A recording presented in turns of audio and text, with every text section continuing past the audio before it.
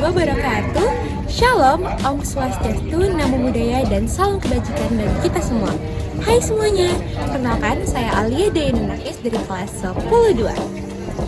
Kali ini aku ingin membawa satu nilai makna yang penting, yaitu toleransi. Toleransi sangat penting bagi bangsa Indonesia. Tapi apakah kamu tahu salah satu bentuk toleransi yang sangat berharga yang pernah ada di Nusantara? Yaitu toleransi beragama, umat Buddha dan juga umat Hindu dari kerajaan Mataram kuno. Mungkin yang kamu ketahui tentang kerajaan Mataram kuno hanyalah Candi Borobudur, namun kerajaan Mataram kuno punya lebih banyak cerita yang dapat saya ceritakan, jadi semoga kamu dapat menyimak sampai akhir. Kerajaan Mataram kuno berdiri sekitar abad ke-18 Masehi, tepatnya di wilayah Kedua sampai Yogyakarta sekarang. Nah, terdapat dua dinasti besar nih pada kerajaan Mataram kuno. Yang pertama yaitu dinasti Sanjaya yang bercorak Hindu, lalu yang kedua ada dinasti Shailendra yang bercorak Buddha.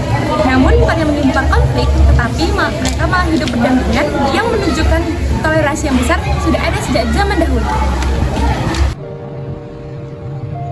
Ketika membahas kerajaan, tidak afdol kalau kita tidak membahas pemimpin-pemimpin yang telah berkuasa di kerajaan tersebut.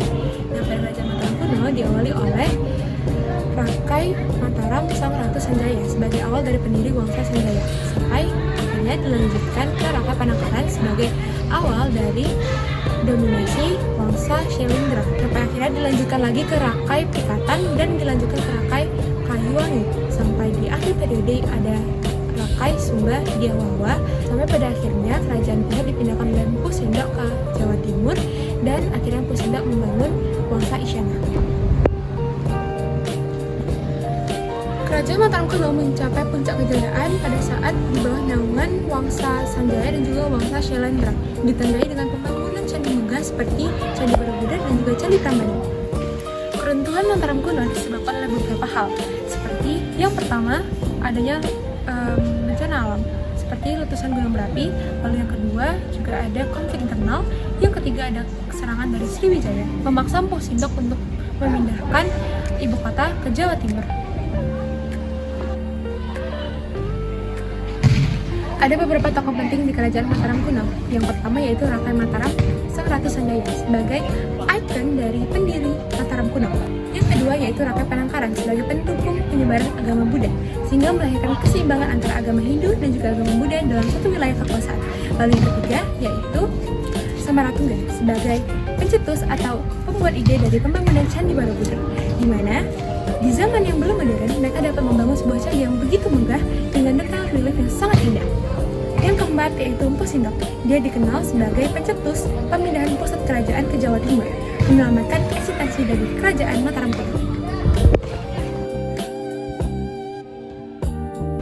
Salah satu peninggalan yang paling berkesan untuk kita pasti adalah Candi Borobudur, karena Candi Borobudur bukan cuma candi biasa, tapi Candi Borobudur adalah buku sejarah karena berisi relief-relief yang menceritakan tentang ajaran agama Buddha dan juga kehidupan dan budaya pada zaman Mataram kuno.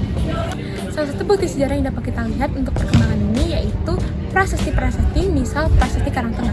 Di Prasasti Karangtengah ini menunjukkan pembangunan bangunan suci megah pada masa itu. Coba deh kamu sekarang bayangin, kamu ke Magelang tapi nggak lihat Borobudur. Itu sama aja kayak kamu ke Paris tapi kamu nggak lihat Eiffel. Nah, orang luar negeri aja rela jauh-jauh datang kemari hanya untuk lihat Candi Borobudur. Tapi kenapa sih sebenarnya? Karena Borobudur itu pakai lengkap banget. Ada view yang dapat memanjakan mata kamu, lalu spot foto yang bikin feed IG kamu makin naik level, dan juga yang pasti sejarah yang penuh dengan makna.